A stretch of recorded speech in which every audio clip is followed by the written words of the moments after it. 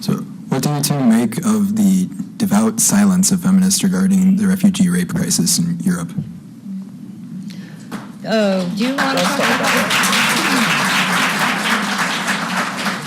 I'm going to say something that's going to offend some of you in the room. If that's the case, good, because I don't care. As a gay man, as a European, I am absolutely fucking terrified by the prospect of mass Muslim immigration. It is something that I regard with horror and terror, because we have seen in Europe, and you are relatively well insulated from this in the United States, you don't know how bad it will get yet. You're relatively well insulated from the consequences of this happening. We have seen now in Europe what does happen when you import hundreds of thousands of people from these cultures that are not compatible with ours.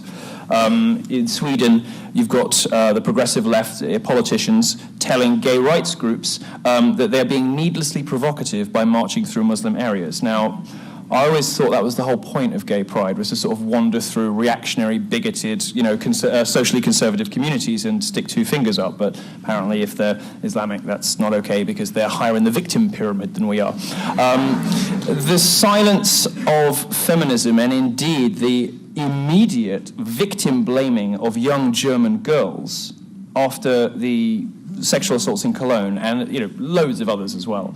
There was a transgender couple that were beaten up after some Syrians found out they weren't really women. Women all over Germany being abused. 1,400 girls gang raped in Rotherham in the UK because the progressive authorities were scared of appearing racist and didn't police it properly.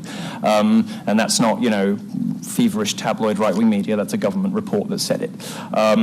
This stuff is horrifying. Importing cultures which genuinely represent patriarchy, which embody all of the things that third-wave feminists say they hate, and importing these people en masse into our communities in Europe has been an unmitigated disaster.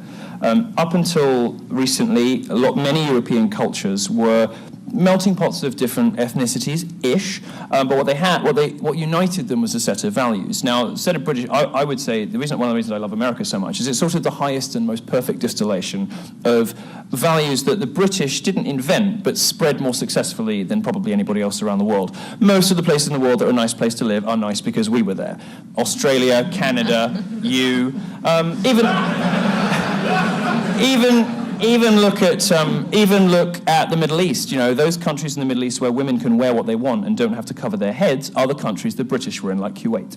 So we spread these values pretty well, and America's kind of took them and ran with them and created this wonderful, iconic society of freedom and all the rest of it. You're losing it a bit under the current president, but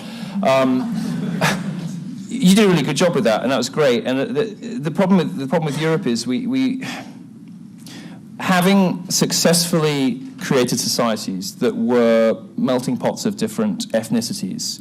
The Indian immigrants who came into Britain in the 50s and 60s, who are now the best Brits there are, never get into trouble, always pay their taxes, you never see their names in the press, they never get into trouble, they get arrested for anything. Model citizens, perfect, British citizens, because they instinctively understood and agreed with principles of freedom of speech, liberty, property rights, democracy, all these things.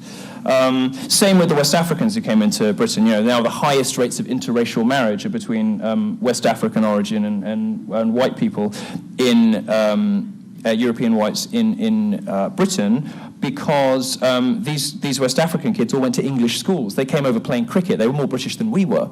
I was like, you actually play cricket? The problem is, this new generation of immigrants from the Middle East do not share any of those values. They haven't integrated. They have stubbornly refused to integrate over generations. Britain now sends more people to ISIS than anywhere except Belgium.